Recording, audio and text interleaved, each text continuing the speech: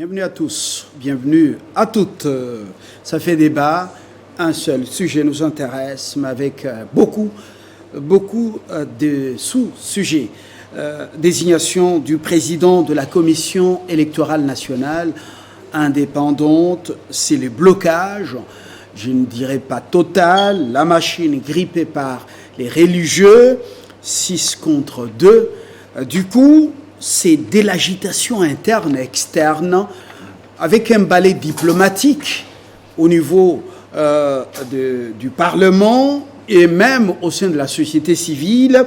Vous avez suivi plusieurs sorties du diplomate américain Mike Hammer, qui tient justement, selon lui, selon Washington, à la tenue des élections en 2023.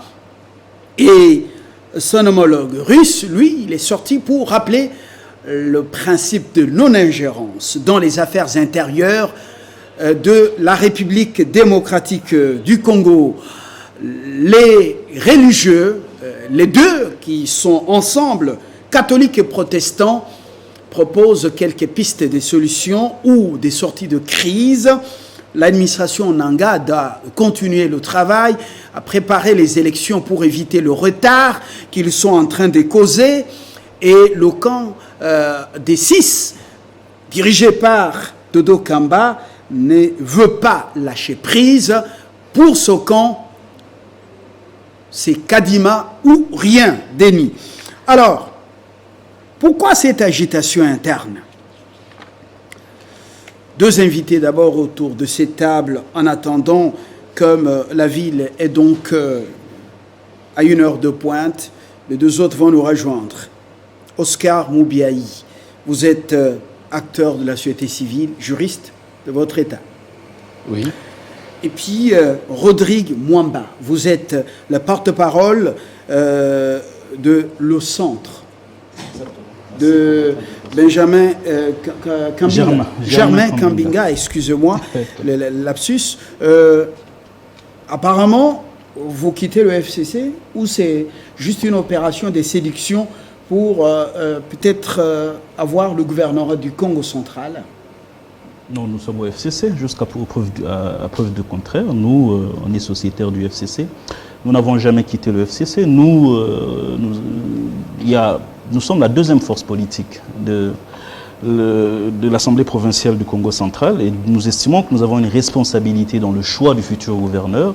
Donc à partir de ce moment-là, nous voulons mettre en ordre, nous voulons nous mettre en ordre de bataille par rapport à ces élections. Entre-temps, vous débauchez au PPRD qui semblait vous rejoindre. Non, on n'est pas allé le débaucher comme vous dites, mais je pense que la venue de Kisombe au centre est quand même l'expression de certaines réclamations que beaucoup font plutôt sans le dire ouvertement. Lui, il a eu le courage de le faire, de le dire, et même de s'assumer en quittant le PPRD pour nous rejoindre. Mais je crois que beaucoup pensent ce qu'il dit, ce qu'il a dit, tout haut, beaucoup le pensent très bas au PPRD ou ailleurs au FCC.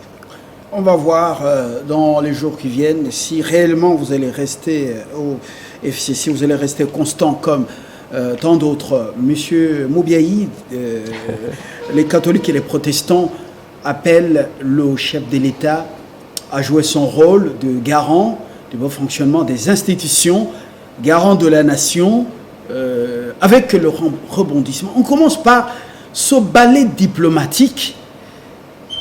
On ne s'agite pas seulement à l'interne, on s'agite aussi à l'externe. Quelle est votre lecture personnelle des événements? Écoutez, merci beaucoup Fabien. D'abord, je vous remercie de m'avoir invité parce qu'en démocratie, il faut qu'il y ait les débats et que je suis heureux d'être en face de notre compatriote du centre. Et je constate que dans ce pays, beaucoup fuient les débats alors qu'en démocratie, il faut le débat.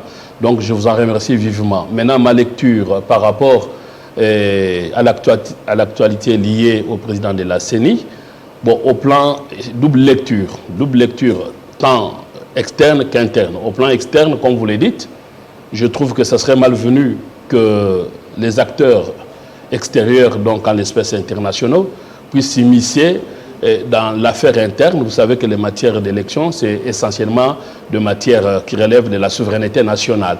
Donc toute ingérence extérieure me semble malvenue, qu'il faut distinguer deux périodes. Vous êtes dans la logique de Moscou? Non, je ne suis pas dans une logique quelconque d'une partie quelconque. Je suis dans une logique, je suis juriste, vous l'avez rappelé, je suis dans une logique des textes. Et donc, je suis respectueux des textes. Et le matière électorale relève essentiellement de la souveraineté nationale. Et étant que ce sont des matières de souveraineté nationale, ben, toute ingérence est malvenue. Et il faut distinguer deux périodes. La période où nous étions sous la dictature ancienne et la période actuelle où il y a eu l'alternance. Sous la dictature ancienne, il était venu qu'on fasse des pressions pour que la dictature cède. Et la dictature a cédé et aujourd'hui, il n'y a pas lieu d'une ingérence extérieure. Alors, Mike Hammer, plusieurs contacts avec les acteurs politiques et ceux de la société civile, ça n'a pas changé grand-chose. Le nonce apostolique est également descendu au Parlement. Il a rappelé, il a dit à Christophe Mbosso qu'il ne faut pas faire un passage en force. Il rappelle le consensus. Au lieu d'aller peut-être prodiguer des conseils à Cholet ou aux protestants, lui vient à l'Assemblée nationale. Alors comment avez-vous trouvé ça? Apparemment, l'élection ou les élections au Congo, c'est pratiquement tout le monde qui entre en jeu. Et ça devient comme à l'époque, après Sun City, comité international d'accompagnement de la transition là. Alors on est où là? Ben, on est perdu. Pourquoi? Parce qu'il y a une confusion délibérément entretenue ou alors entretenue par ignorance. D'abord, par ignorance des textes, je pense que la plateforme confession religieuse est régie par une charte et qu'il faut seulement respecter cette charte et que c'était une erreur que l'Assemblée nationale puisse recevoir un PV dit des 6 confessions religieuses qui, à mon avis, au plan des textes, juridiquement, c'est un chiffon et qui ne méritait qu'irrécevabilité. Donc, à partir du moment que l'Assemblée nationale reçoit dans toute illégalité un PV qui n'en est pas un, crée un souci pour dire que finalement, il y aurait mésentente ou absence de compromis au sein de confessions religieuses. Ce qui me paraît une erreur. Et aujourd'hui, je crois que ce n'est pas vers les catholiques qu'il faut se retourner, c'est vers les dissidents, ce qu'on appelle les 6 confessions religieuses. Je ne sais pas, on les appelle les 6 par rapport à quoi. Et donc, il n'y a qu'une seule plateforme, les 6 qui ont créé, à mon avis, une sorte d'une rébellion, doivent retourner dans le rang pour que la plateforme, inspirée cette fois-là, je pense, par le Saint-Esprit, puisse arriver à dégager un consensus et au défaut des consensus, et que l'on passe au vote. Mais en l'état actuel, on est face à la violation manifeste de la charte des confessions religieuses. Rodrigue Mwamba, c'est à vous la parole. Vous allez ramasser les différentes préoccupations telles que j'étais en train de les annoncer lorsque c'est Oscar qui avait la parole. Monsieur Fabien, je pense qu'il faut qu'on fasse très attention. Parce que pour nous, au centre, nous disons, c'est que c'est l'avenir de notre démocratie qui est en jeu.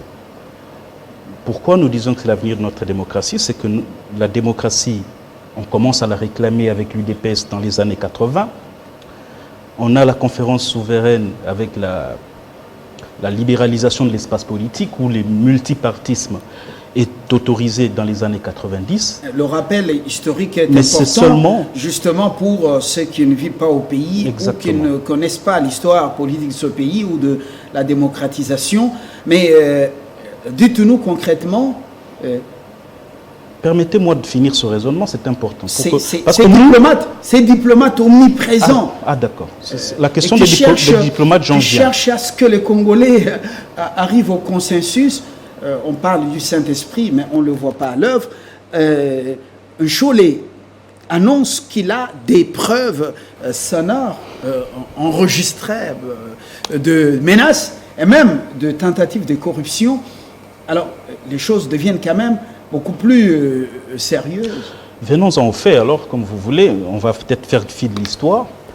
C'est vrai, l'abbé Cholet l'a dit, il était clair qu'il y a eu, en tout cas ce que moi je retiens, c'est qu'il y a des influences politiques autour du choix du prochain président de la CENI.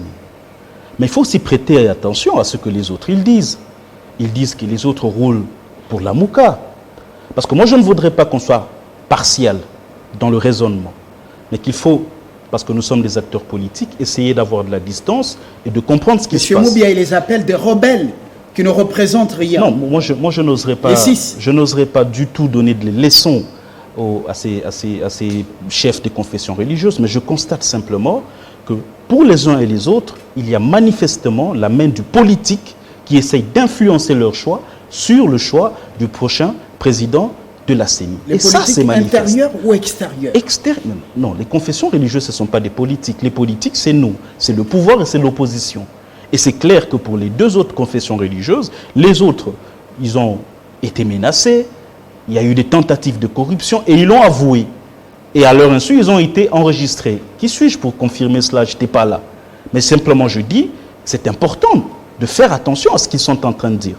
Et les autres qui disent, non, eux, c'est la Mouka qui les influence, ils roulent pour la Mouka.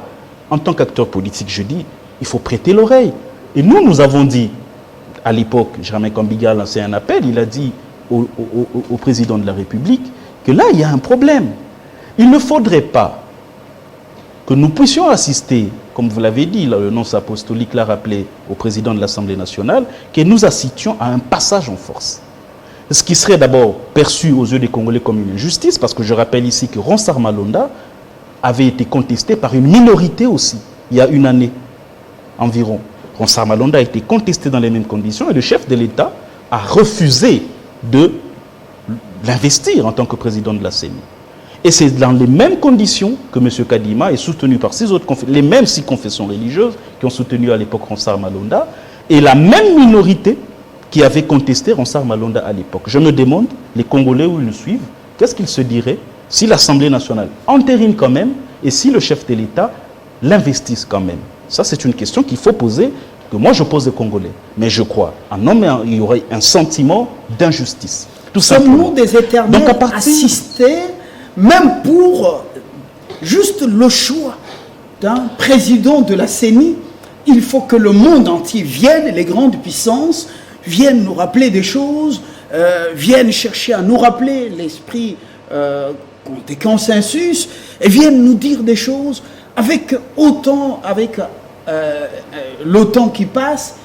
C'est bien regrettable, parce que vous savez, une telle classe élitiste. Nous avions déjà atteint un certain niveau, en tout cas en matière électorale, d'indépendance, avec les élections de 2018 qui ont été entièrement financées par le Congo. Et moi, je me souviens encore du discours sur l'état de la nation du président de la République à l'époque, Joseph Kabila, qui disait que désormais, l'affaire des élections, c'est une affaire 100% congolaise et qu'on n'a pas envie qu'il y ait, on n'a pas besoin qu'il y ait une ingérence extérieure. Et moi, j'ai l'impression qu'aujourd'hui, nous régressons. Nous régressons par rapport à cela. Dieu seul sait avec quels fonds, d'où proviendront les fonds avec lesquels on va financer les élections de 2018. Et c'est regrettable qu'il y ait une telle ingérence dans des affaires éminemment internes comme celle des élections. Nous le regrettons tous. Mais nous disons que c'est peut-être parce que finalement nous n'arrivons pas. Invitons apparemment les grandes puissances. Élections en 2023, l'autre vient dire le principe des non-ingérences, et c'est Washington et Moscou. Là. Donc on invite ces gens où ce sont eux-mêmes qui viennent. Mais c'est parce que nous imposer. Je pense que c'est parce que nous ne tirons pas les leçons des erreurs du passé. Nous ne faisons pas attention à l'évolution de notre démocratie. Lorsque 2023, en tout cas, doit être différent de 2018. Mais malheureusement, ceux qui étaient dans l'opposition hier, lorsqu'ils arrivent au pouvoir, ils se disent, mais tiens, c'est nous qui sommes au pouvoir, nous devons conserver ce pouvoir coûte que coûte. Il y en a qui ont dit qu'ils vont même distribuer des armes à leurs militants. Eh bien, ça passe notamment par l'inféodation de la CENI. Et ça, ce sont des erreurs graves que nous commettons ou qu'ils ont commis, en tout cas cette union sacrée. En voulant, par les subterfuges de la loi, en essayant d'imposer un candidat président de la CENI, inféoder la CENI pour mettre dans la poche les résultats des élections de 2023. Alors que pour le peuple congolais, qui a mûri, qui a vu l'alternance pacifique se passer en 2018 ou en 2019, et qui comprend que ce pouvoir-là, c'est à lui de décider qui sera président et qui ne le sera pas, ce peuple-là ne laissera pas qu'en 2023, un groupe politique, parce qu'il est au pouvoir, puisse s'accaparer de son choix. Monsieur Moubiaï. Puisque nous n'avons pas fait attention à cela, c'est pourquoi les ambassades extérieures s'invitent dans notre processus et c'est bien malheureux. Monsieur Moubiaï, à ce stade, bon, nonce apostolique, représentant ou l'ambassadeur du sein de Vatican en RDC, qui rappelle le principe de consensus, est-ce qu'on ne peut pas remettre la loi organique de la CENI au Parlement pour revoir justement cette affaire de la désignation du président de la CENI par les confessions religieuses? Est-ce que c'est tard? Non, il n'est jamais trop tard pour bien faire. Mais vous me permettrez juste par rapport à notre ami du centre, je partage une bonne partie de son discours, mais là où je ne partage pas avec lui, c'est quand il dit que sous l'ex-président Kabila, il était contre l'ingérence. Ben, écoutez, il faudra... M. Kabila, il était contre l'ingérence dans l'esprit de se maintenir au pouvoir. Et à partir de là, on s'appuie sur un principe. Lorsqu'on organise des élections auxquelles on ne participe pas, votre dauphin, il perd, vous acceptez le résultat. Je ne sais pas, qu'est-ce que vous voulez dire par là? Ben, je vais dire tout simplement que tout le monde sait que pour qu'on en arrive à l'alternance d'aujourd'hui, il a fallu qu'il y ait le sang versé des citoyens congolais. Oui, c'est ça. Et qu'il a fallu des pressions internes et externes pour qu'enfin, M. Kabila, avec un retard de ce que l'on appelle glissement, un retard de plus ou moins 2 ans, puisse arriver à accepter de quitter le pouvoir. C'est en son honneur d'avoir au moins accepté de quitter, enfin, sous pression. Mais c'est là qu'il ne faudra pas confondre les choses. Ici, aujourd'hui, il n'est plus question d'envisager certaines pressions parce que, enfin, nous avons eu l'alternance et nous avons eu le président actuel, un ancien opposant et donc un démocrate qui anime l'institution présidence de la République. Et donc, je n'admets pas quand vous dites que les opposants d'hier feraient exactement ce qu'ils critiquaient à l'époque de M. Kabila. Ce qui n'est pas tout à fait... Monsieur, je vous écoute. Si vous m'écoutez aussi, ça serait gentil et démocratique. D'accord, je vous Si vous voulez être démocrate, c'est l'essence de l'écoute. Et donc, je n'admets pas cela parce qu'aujourd'hui, le président actuel n'a donné aucun moindre indice d'une volonté manifeste de se maintenir au pouvoir.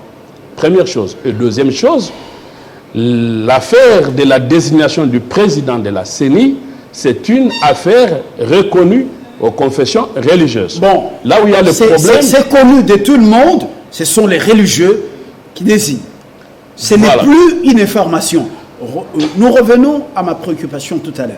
Oui. À ce stade, vous voyez le calme par moments inquiétant de l'Assemblée nationale, surtout de son bureau, par rapport à tout ce balai diplomatique, ce rappel des principes de non-ingérence, le rappel du rendez-vous de 2023, également le rappel du consensus et l'appel d'un cholet des protestants catholiques fait au président, l'appel fait au président de la République pour son rôle de garant du bon fonctionnement des institutions. Monsieur Moubiaï, à ce stade, doit-on remettre la balle entre les mains ou dans les camps du président de la République avec les pistes que proposent catholiques et protestants, ou on doit renvoyer la loi organique déjà promulguée, la loi de la CENI, au Parlement pour revoir le mode de désignation, revoir les dispositions en rapport avec la désignation du président de la CENI?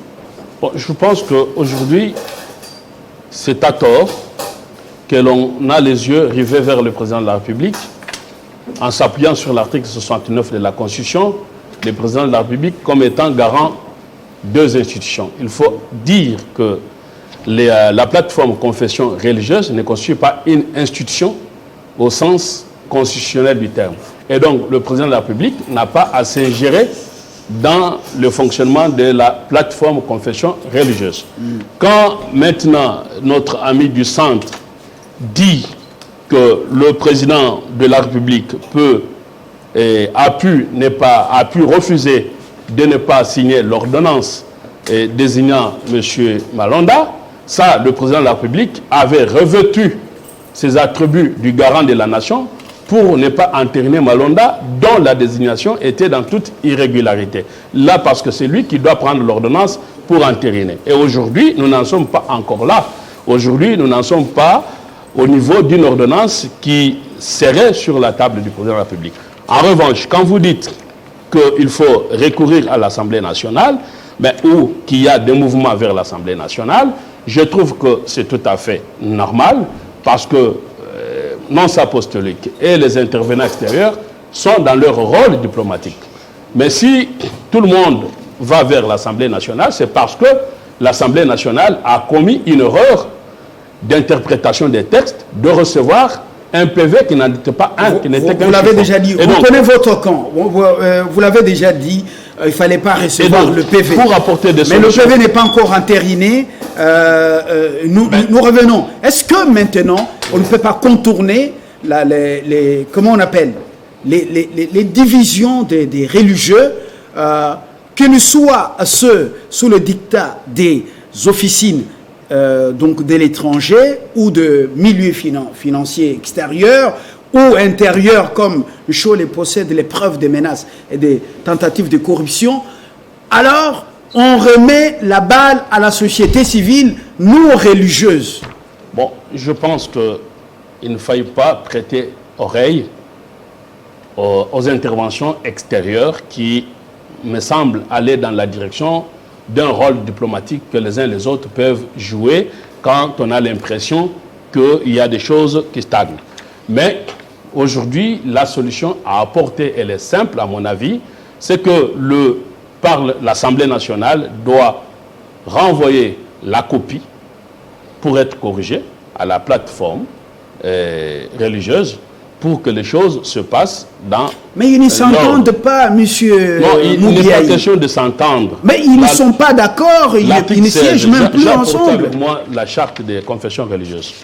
Il est prévu que s'il n'y a pas les consensus, il n'y en a pas eu, l'on procède au vote. Alors, c'est tout simplement question de respecter la charte. Maintenant, si ils avouent leur impuissance du respect de la charte, je suis tout à fait d'accord avec vous qu'à partir de ce moment-là, on sera face à l'impasse. Et comme c'est le parallélisme de formes, si c'est l'Assemblée nationale qui vote des lois, l'Assemblée nationale peut également voter la loi modifiant la désignation. Là, c'est tout à fait normal, c'est la réforme. Et la réforme, on dit, le droit vient après le fait, donc procède de fait. Si nous sommes face à une situation de blocage qui ne fonctionne pas, il est tout à fait normal que l'Assemblée nationale peut s'en saisir pour prendre d'autres dispositions légales adaptées à nos réalités. Mais en l'état, il faudra tout simplement constater que c'était irrécevable et il est temps que l'Assemblée ne puisse pas continuer à faire perdurer la crise et en renvoyant la crise est déjà là, il y a blocage. C'est comme si vous êtes sur une autre planète. On est là bloqué. Jean-Claude Chiumbaï, député provincial élu du Kassai central, vous êtes acteur au cadre de l'UDPS. Alors, à ce stade, la dernière sortie de Cholet, avant de donner les pistes, les preuves des tentatives de corruption sont là, les enregistrements et même les preuves sonores des menaces contre les chefs religieux pour faire accepter Kadima. Ça éclabousse un peu l'UDPS? Je vous salue Fabien, je salue les honorables contradicteurs ici présents, notamment Maître Oscar qui ne m'a pas dit qu'il était à Kinshasa. En fait, d'abord, Kadima a été un candidat désavoué par les deux confessions religieuses, semble-t-il, avant même que ces menaces présumées n'aient eu lieu. Donc j'estime à ce niveau qu'il est préférable, parce qu'on en a tellement parlé, il était souhaitable, la nation en a besoin que ces preuves soient exhumées pour aussi permettre aux instances officielles de décision d'évoluer avec le mécanisme. Mais ce qui est le plus important ici, c'est de constater malheureusement que si l'on dit que nous sommes dans l'impasse, l'impasse est essentiellement d'ordre sociologique. Moi, je suis l'une de ces rares personnes à avoir échangé avec M. Labin Cholé après la saga Malonda, notamment sur Radio Okapi, lorsqu'il reconnaissait volontiers qu'ils avaient commis l'erreur d'avoir placé la charrue devant le bœuf en procédant à l'élection ou à la désignation du président de la CENI sans législation ou sans cadre juridique préalable à l'interne et aussi le cadre légal national. Et lorsque je lui ai posé la question de savoir pourquoi ils avaient repris avec cette démarche consistant à désigner le président de la CENI alors que ce cadre n'avait pas toujours existé parce que l'Assemblée n'avait pas encore désigné, n'avait pas encore adopté la loi organique. Je me souviens des assurances que M. Labin Cholé m'a faites sur Radio Okapi, notamment avec Maître Willy Wenga, lorsqu'il affirmait que maintenant nous avons toutes les précautions possibles pour qu'il n'y ait plus d'impasse et que nous allons donc devoir désigner le président de la commission électorale nationale indépendante sans aucune difficulté. Ça, c'est des audios que je détiens encore de part de vers moi. Mais la question qui s'est posée par après, moi je pense que l'Assemblée nationale les a sérieusement aidés en adoptant dans les délais plus ou moins acceptables la loi organique. Elle leur a donné l'instrument de travail. Et qu'au sein de l'Assemblée nationale, nous n'avons pas assisté à trop de contradictions par rapport à l'adoption de cette loi organique, c'est-à-dire que le consensus national au travers de la représentation nationale avait été plus ou moins dégagé. À l'interne, les confessions religieuses ont plutôt adopté une charte qui n'est pas postérieure ou qui n'était pas adoptée en temps suspect, comme on peut le dire. La charte est bien antérieure à ce mécanisme de désignation parce qu'elle s'était dit qu'il fallait avoir un canevas, qu'il fallait avoir un parchemin pour être orienté. Maintenant, la difficulté intervient à quel niveau? C'est au niveau de l'interprétation de la charte, qui est un acte sous seing privé, et que cette interprétation ne devrait pas conditionner la République. On ne peut pas se mettre là, parce que d'un côté, il y a les 6 confessions religieuses qui ne comprennent pas comment et pour quelle logique, au nom de quel principe la logique de la minorité doit primer sur la majorité, et qui constatent un refus persistant et obstiné de 2 autres confessions religieuses d'appliquer ne fût-ce que le texte qui est l'émanation de leur propre volonté. Et au finish, il y en a même qui ont dit que ce texte, la charte, serait l'œuvre de Labin Cholé lui-même, et que les autres n'ont même pas eu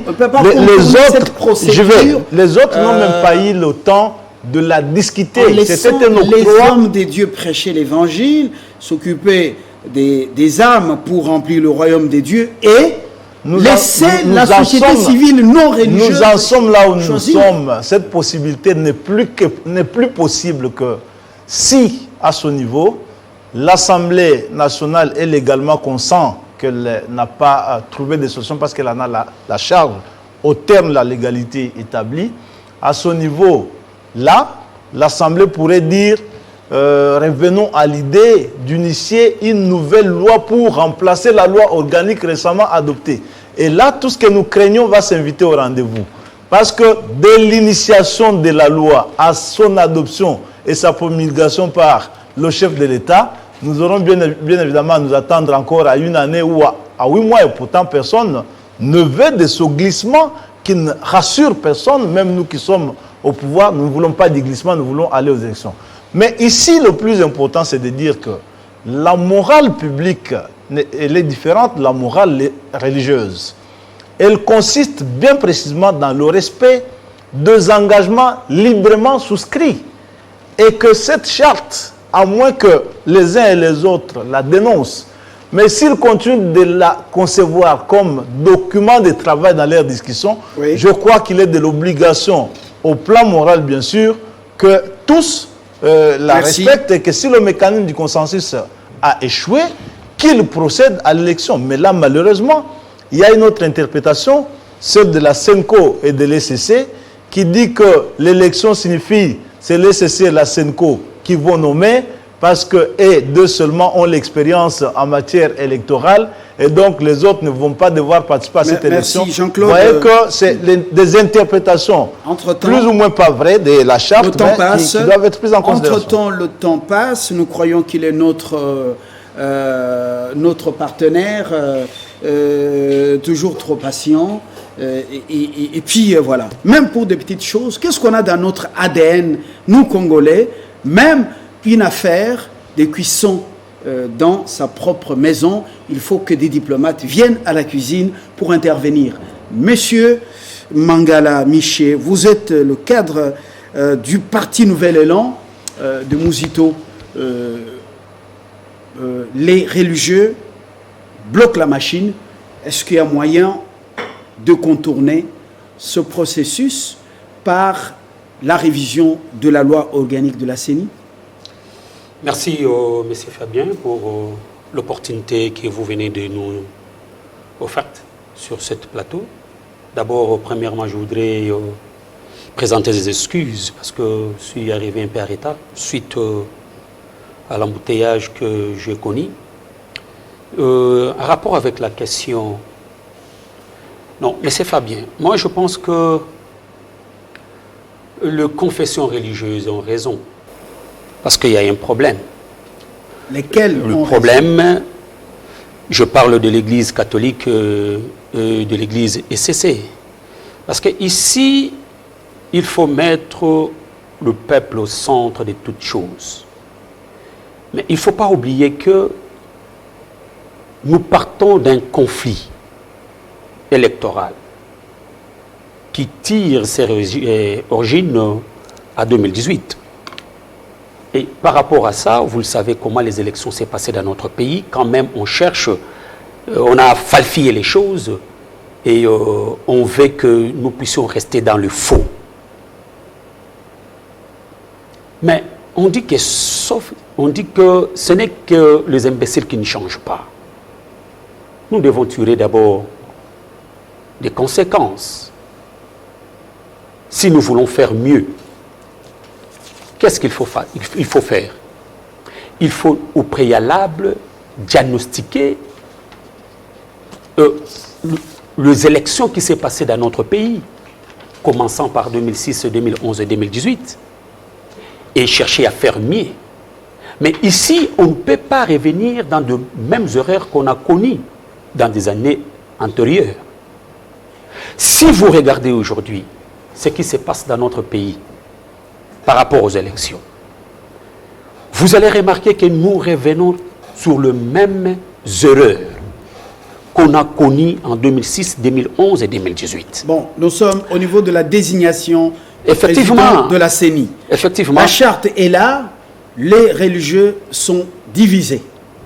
Et alors, comment nous devons, nous, rester là, en nous plaignant et recevoir les leçons des diplomates des pays étrangers? Et comment contourner vraiment cette difficulté, ce blocage? Les pistes proposées par les deux, vous les avez suivies? Mon cher Fabien, je pense que nous ne devons pas partir dans cette approche. Quand même, nous disons que la machine a déjà décollé, ainsi de suite. Sinon, il y a risque que nous revenons sur les mêmes erreurs. Et par contre, nous devons partir sur des bonnes bases. Quelles sont des bonnes bases? C'est ce que j'étais en train de dire. Il faut diagnostiquer la situation électorale de notre pays. On a besoin d'un ange à la tête de la CENI pour 2020. Non, ce n'est pas la question d'avoir un ange. Il y a la question que les gens devaient être honnêtes, sérieux et chercher à faire les choses mieux pour que la République revienne sur les rails.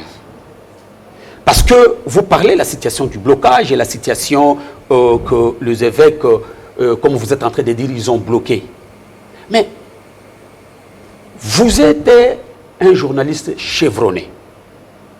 Prenez votre micro, balancez votre micro auprès de l'opinion publique. Vous allez comprendre qu'est-ce que le peuple congolais veut.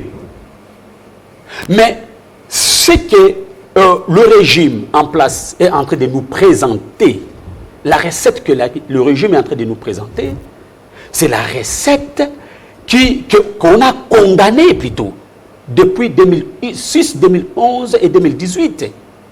Alors, ce que nous pouvons faire, il faut bannir des appétits politiques, comme je viens d'entendre chez mon ami, parce que vous savez que quand on était ensemble, on avait le même discours, mais aujourd'hui, nous entendons le discours de M. Kabila en 2006 et 2011, ce qu'il nous présente aujourd'hui.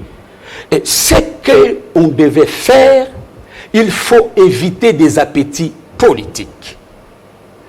Mettre l'État,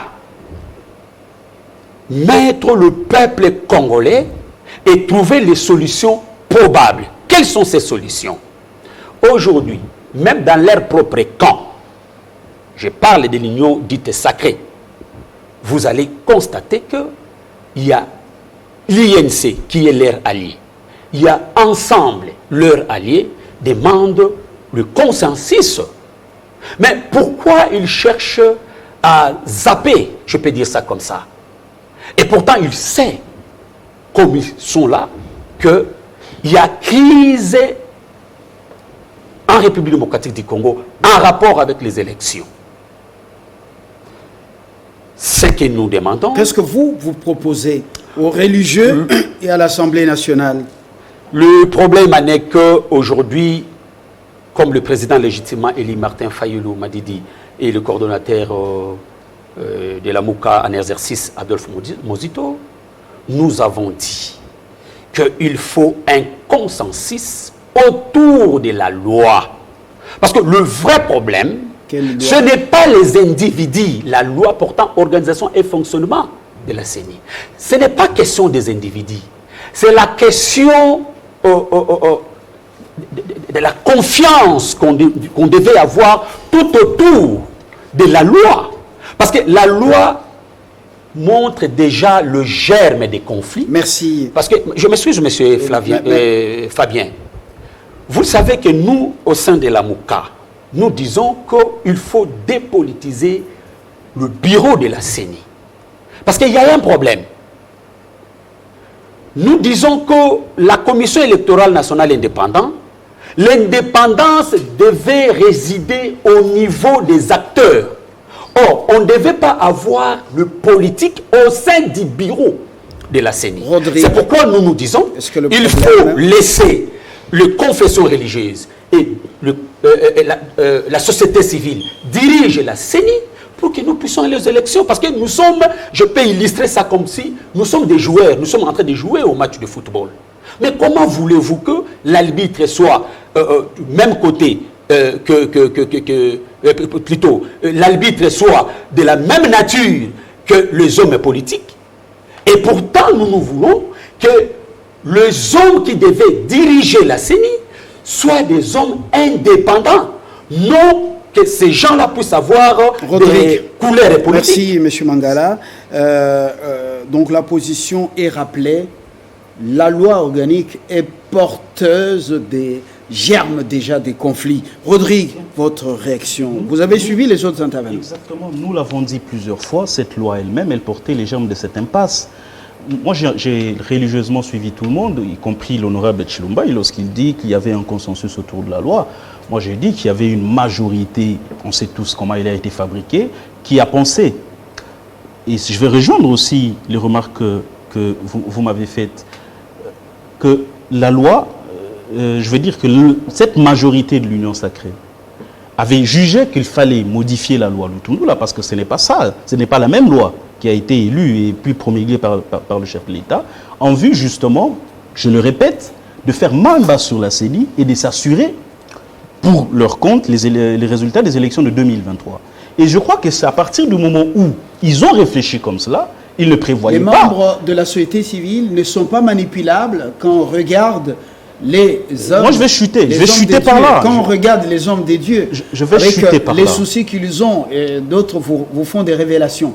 Les membres de la société civile, ce sont des gens avec une résistance, comment on l'appelle, degré des résiliences hors pair. Donc, les gens qui ne sauront pas céder aux tentations Mais si c'était le cas, je pense qu'on n'aurait pas cette impasse. J'ai suivi aussi l'honorable Chilumba et dire qu'il fallait exhumer les preuves. Pour moi, c'est une façon de dire que peut-être que ces preuves n'existent pas. Et on sait très bien, si jamais aujourd'hui les prêtres se mettaient à mettre sur la place publique des enregistrements aussi graves, vous vous rendez compte de l'irresponsabilité qui aura été la leur. S'ils ont réservé au président de la République la primeur de cela, c'est en connaissance de cause.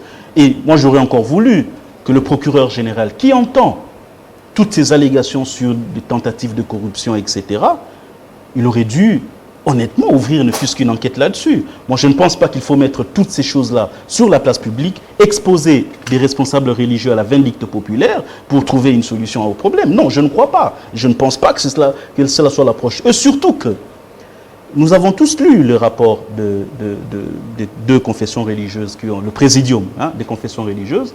Ils ont été clairs qu'il y avait eu le 27 juillet un premier rapport un premier communiqué qui dénonçait, et ce communiqué, je signale, a été signé par les 8 confessions religieuses, qui dénonçait à l'époque déjà des menaces et aussi des tentatives de corruption. Tout le monde avait reconnu ça déjà à l'époque, le 27 juillet. C'était un communiqué signé le 27 juillet, dans la procédure de désignation. Non, je veux dire de l'actuel, pas celle de Mazona. Le 27 juillet de cette année, le rapport global des deux confessions religieuses qui a été déposé à l'Assemblée nationale le dit expressis verbis qu'un premier communiqué, et tout le monde s'en rappelle, où les confessions religieuses avaient dénoncé les menaces et tout le monde avait apposé sa signature pour dire que oui, nous avons été menacés. Mais qu'est-ce qu'on veut de plus comme preuve? Qu'est-ce que l'on veut de plus? Vous avez le document? Non, le communiqué, il est sur Internet, tout le monde peut l'avoir. Le communiqué, il existe bel et bien, signé par les 8 confessions religieuses. L'Internet nous fabrique tout, vous le savez. Non, c'est dans le rapport du Présidium. Je pense que personne ne le niera. Alors, maintenant, la solution, c'était important quand même que je le dise parce que je n'ai pas parlé assez. Il y a une crise, il y a une impasse, mais qui est entretenue en réalité par des politiques. Moi, je ne veux pas qu'on prenne position pour les catholiques ou pour les 6 confessions, mais je veux simplement qu'on se rende compte, que tous les Congolais se rendent compte qu'il y a des politiques qui font des influences sur les confessions religieuses pour faire même basse sur la CENI.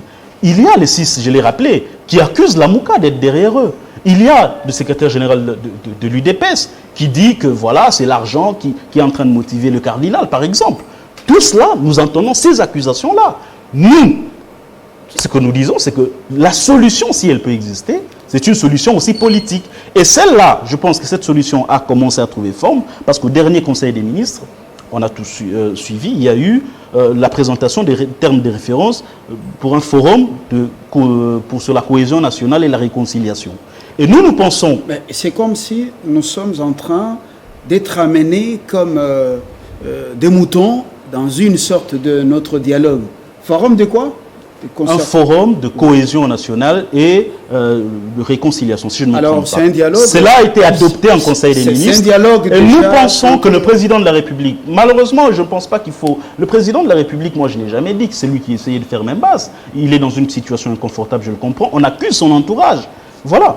Monsieur Moubiaï, un pays de dialogue pour le partage de gâteaux, un pays formidable, avec une élite formidable. On crée des situations pour se partager des postes de responsabilité. Ce forum, vous sentez les termes choisis. Alors, c'est ça la solution? Non, je ne pense pas que ce soit la solution. Donc, très rapidement, j'espère que notre position autour de cette table n'indique pas nos positions, parce que c'est lui qui est à mes côtés. Et je ne partage pas, en tout cas, pas totalement ces affirmations. Très rapidement.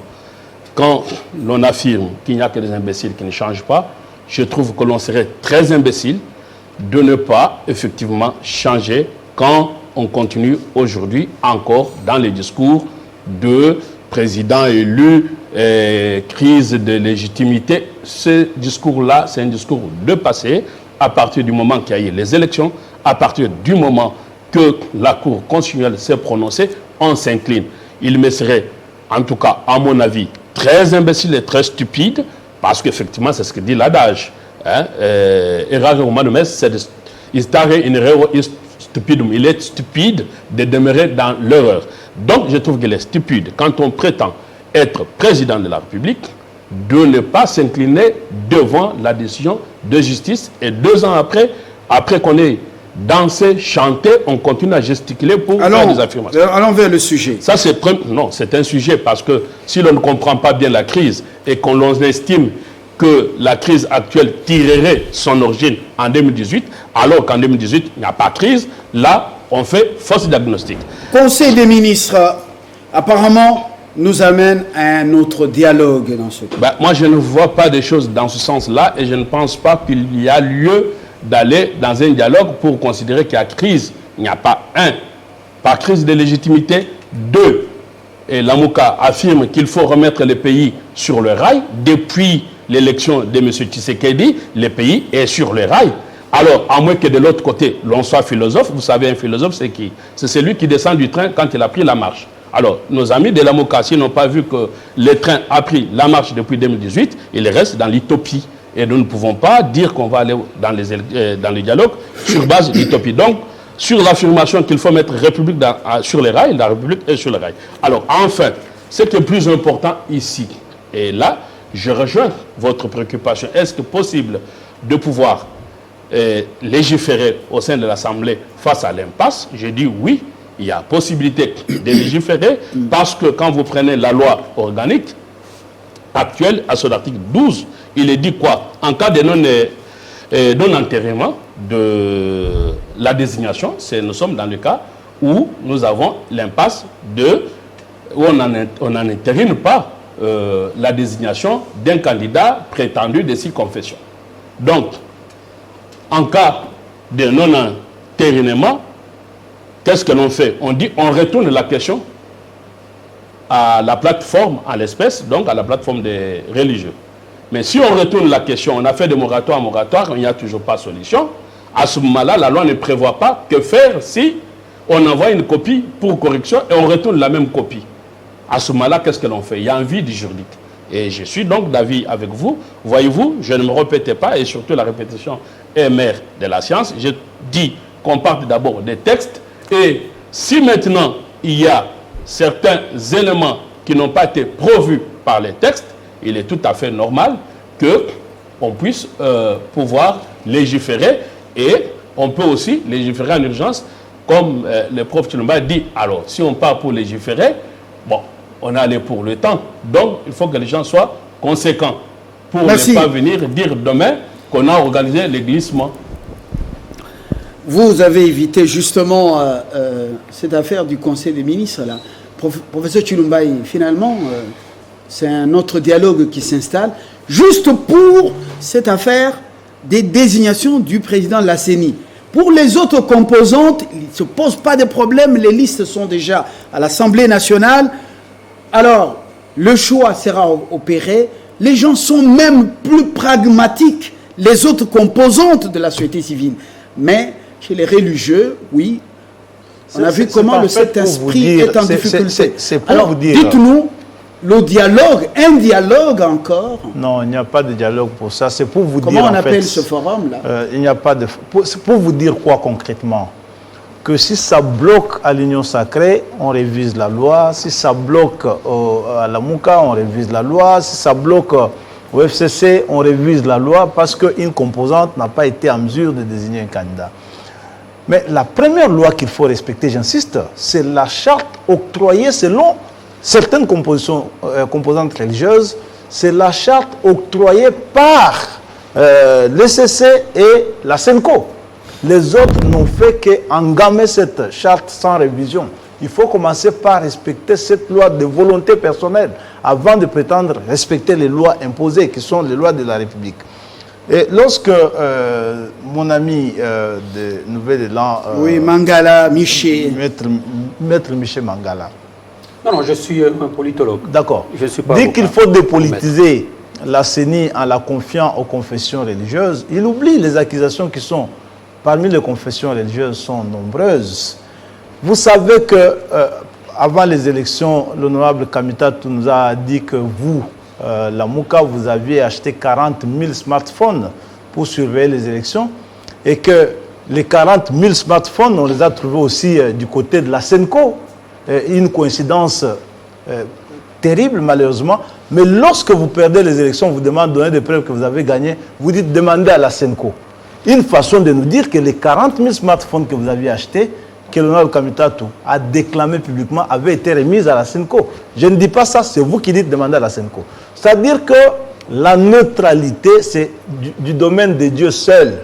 La vérité, c'est que moi, à leur place, moi comme catholique, j'aurais effectivement conseillé à l'Église de ne pas accepter cette responsabilité. Lorsque l'Assemblée l'a adoptée, il fallait que l'Église décline parce que ceux qui ont dirigé la CENI jusqu'ici, c'est des confessions religieuses, mais le résultat, on en sait quelque chose. Mais ici, le vrai point maintenant, c'est quoi concrètement? Nous n'accepterons pas qu'une république soit prise en otage par la volonté des sous-composantes d'une question aussi simple que la désignation d'un président de la CENI. C'est pourquoi moi j'insiste sur le fait que lorsqu'il y a des preuves de corruption et de menaces, il faut qu'on les brandisse. Parce que ce que dit, par exemple, la Bencholet est différent de ce que dit Soni Kafuta, qui dit que le rejet de M. Kadima n'a pas pour fondement les menaces, mais plutôt ses origines tribales.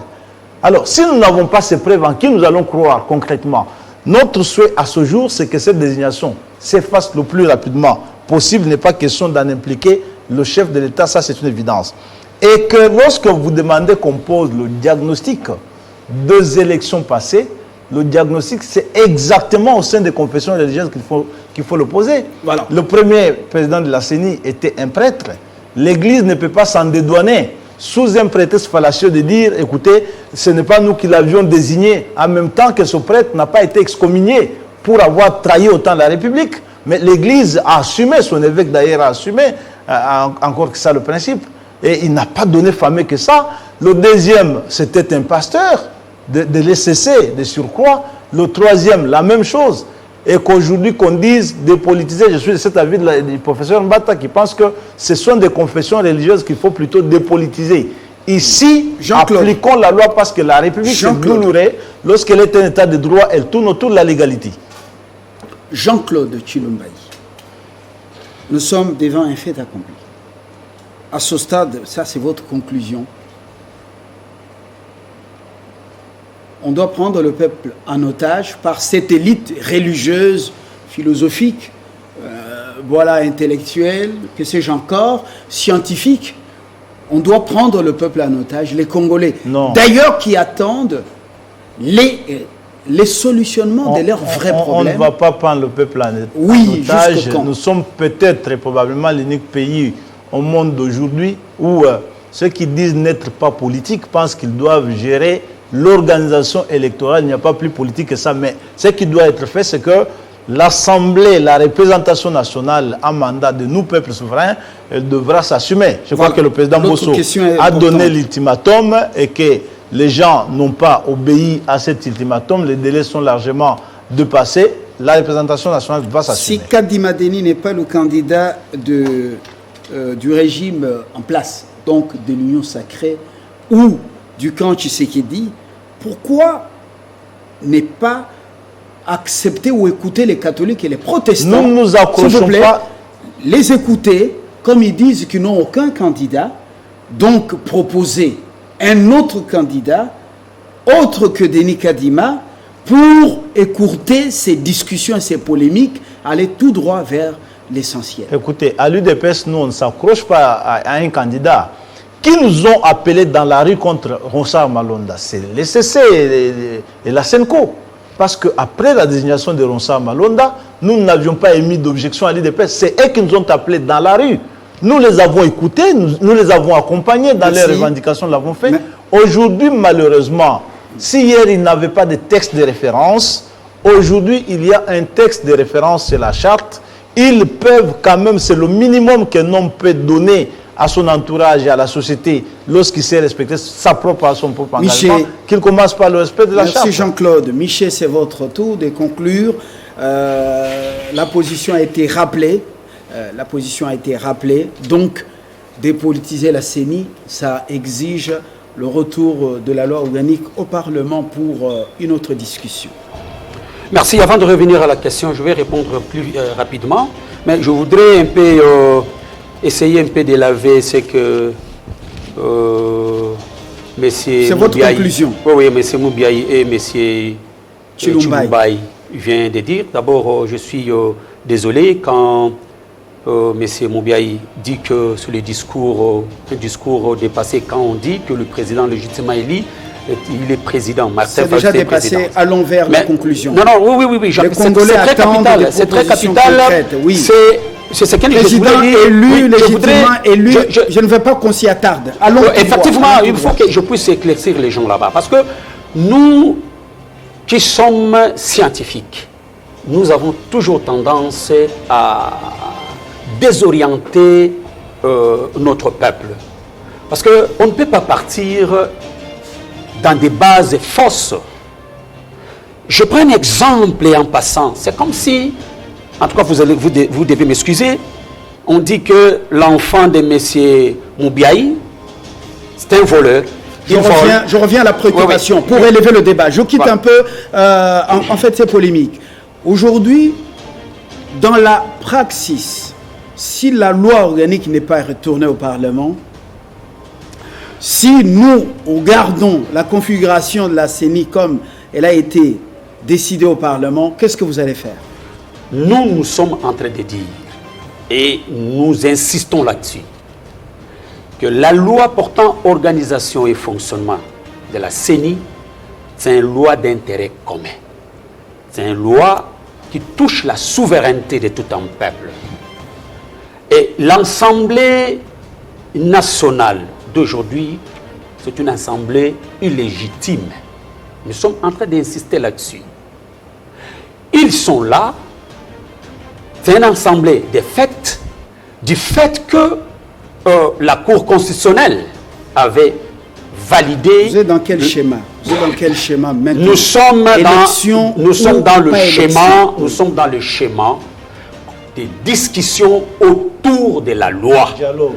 Parce que, mais écoutez, vous voulez parler du dialogue. Comment vous demandez à une assemblée illégitime, illégale, de pouvoir modifier la loi pour faire de la CENI une affaire de la société civile? Nous ne demandons pas à l'Assemblée de revoir la loi, mais nous disons que la loi devait être discutée en dehors de cette assemblée pour que ça trouve la légitimité de tout. Donc, le dialogue. Vous pouvez appeler ça comme vous voulez, mais il faut relever une situation là-dessus. Quand nous parlons du dialogue, nous ne parlons pas du dialogue pour le partage équitable et équilibré du pouvoir. Nous parlons des discussions autour de la loi pour que nous tous, nous puissions se mettre d'accord autour de la loi qui devait conduire les élections. On se met d'accord et après on part aux élections. Parce que nous disons ceci, M. Fabien, il y a des intelligences. M. Kadima aussi, M. Kadima ne démérite pas. Mais qu'est-ce qui fait défaut? Parce qu'il y a déjà cette tendance que le pouvoir soutient un individu de M. Kadima. Pourquoi le pouvoir veut soutenir M. Kadima? Pourquoi? C'est ça le problème. Donc, M. Fabien, c'est pour dire quoi? Quand même, M. Chilumbaï vient de parler qu'on veut les dialogues. Ce que nous sommes en train de faire, nous sommes en train de dialoguer. Merci beaucoup. Mais les dialogues dont nous refusons, c'est les dialogues pour le partage équitable du pouvoir. Nous voulons que nous puissions discuter autour de la loi, nous lever les options là-dessus, on se met d'accord et on ramène cette loi au niveau de l'Assemblée pour l'entérinement, non pour des discussions au sein de cette Parlement. Merci beaucoup. Merci Michel. Mais écoutez, il n'y a rien de nouveau. Je réponds à mon ami qui veut poser des questions. S'il vous plaît, Michel. Je réponds à mon ami. Vous l'avez déjà dit. Justement, c'est le mot. Un dialogue extra-parlementaire pour pouvoir trouver un consensus et dépolitiser la CENI.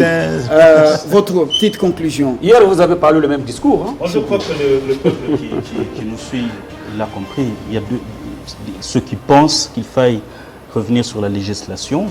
Moi, je pense que revenir sur la législation, maintenant, à ce stade où nous sommes, est dangereux. Parce que ça veut dire que l'Union sacrée qui a tiré les conséquences de toutes ces erreurs stratégiques avec la loi qu'ils ont votée, vont tout simplement refaire la loi pour imposer leur pensée unique. À partir de ce moment-là, ils peuvent même arracher le processus des désignations aux confessions religieuses, le remettre je ne sais pas à qui, etc. Et à partir de ce moment-là, parce que le fond du problème, ce n'est pas la législation. Le fond du problème, c'est le consensus autour des règles qui doivent régir les élections. Et j'entends l'honorable Chilumbaï qui dit la représentation nationale doit s'assumer. Ça veut dire que c'est elle qui va décider selon quel cadre légal, je ne sais pas. Il n'y a aucun cadre légal qui leur permette ici de trancher. C'est pourquoi, moi, je ne sais pas si on a suivi tous les comptes rendus du Conseil des ministres. Le président de la République, il l'a dit. Son nouveau leitmotiv aujourd'hui, c'est la cohésion, c'est la réconciliation nationale. Et cette question ici, moi, je suis décomplexé en parlant du dialogue. Je suis décomplexé parce que le dialogue, il a fait ses preuves dans ce pays. Personne ne peut me contredire autour de cette table. Il y a une question éminemment politique et la solution est politique. Monsieur Moubiaï, votre courte conclusion. Mais ma très courte conclusion, personne ne peut vous contredire autour de cette table. Je vous contredis autour de cette table. Ça veut dire qu'en clair, il ne faudra pas nous ramener des pratiques anciennes, des dialogues qui n'en sont pas un, qui sont là que pour le partage du pouvoir. Ça, c'est le 1. Le 2, concernant, bon, de toute façon, nos amis dits des centres, qui sont de FCC, et donc notre ami de la Mouka, je crois qu'il faut qu'on reste 2 pieds sur terre. Si l'on est incapable, déjà, alors qu'on est au sein de la Mouka à 4 partis politiques, si on n'est pas incapable de trouver un consensus dans votre propre camp de la Mouka, je me demande quel consensus allez-vous chercher ailleurs. Donc, commencez par trouver le consensus entre vous 4. Parce qu'aujourd'hui, il y a 2 tendances de la Mouka. Est-ce que vous pouvez trouver le consensus? Première chose. Il n'y a pas de tendance. Il n'y a pas de tendance. Vous savez que M. Bemba et M. Kadoumi sont de l'Union sacrée. Si vous coupez la parole, vous n'êtes pas démocrate. Donc, je vous dis, 1, commencez par trouver le consensus. 2, quand vous dites, cher monsieur, que tout ce qui se passe aujourd'hui ne serait pas bon et que vous citez M. Mouzito comme votre coordonnateur, moi je vous dis, tout ce que vous décriez, M. Mouzito en a été artisan parce que nourri aux mamelles de FCC. Et donc il n'a pas de leçons à venir donner aujourd'hui. Donc vous, les gens de FCC, vous devez arriver à vous taire et à acclamer qu'il y a eu un retour à la légalité et à la légitimité. À partir de là, il n'y a pas à dire dans votre camp. Monsieur Chilumbaï et Monsieur Moubiaï. Alors, Jean-Claude Chilumbaï, merci d'être venu. Vous avez compris, par ce temps qui court à des heures de pointe, voilà. Vous êtes excusé. Je voudrais merci, la méthode utilisée pour empêcher le peuple d'aller voter. Merci Michel Mandala. Nous aurons la chance de vous avoir également prochainement. Merci Monsieur Moubiaï. Oscar, merci. S'il vous plaît, laissez-moi remercier les téléspectateurs. Merci à vous, chers téléspectateurs, pour votre attention. Rediffusion de ce magazine samedi à 9h de Kinshasa, 11h. Tout au plus tard, 11h15, dimanche, heure de Kinshasa. Portez-vous très bien. C'est un pays de consensus, dialogue ou pas dialogue. Ils finiront par s'entendre, religieux ou non religieux. Nous ne sommes pas défaitistes. Nous continuons à croire en vous et en nous. Que Dieu vous bénisse.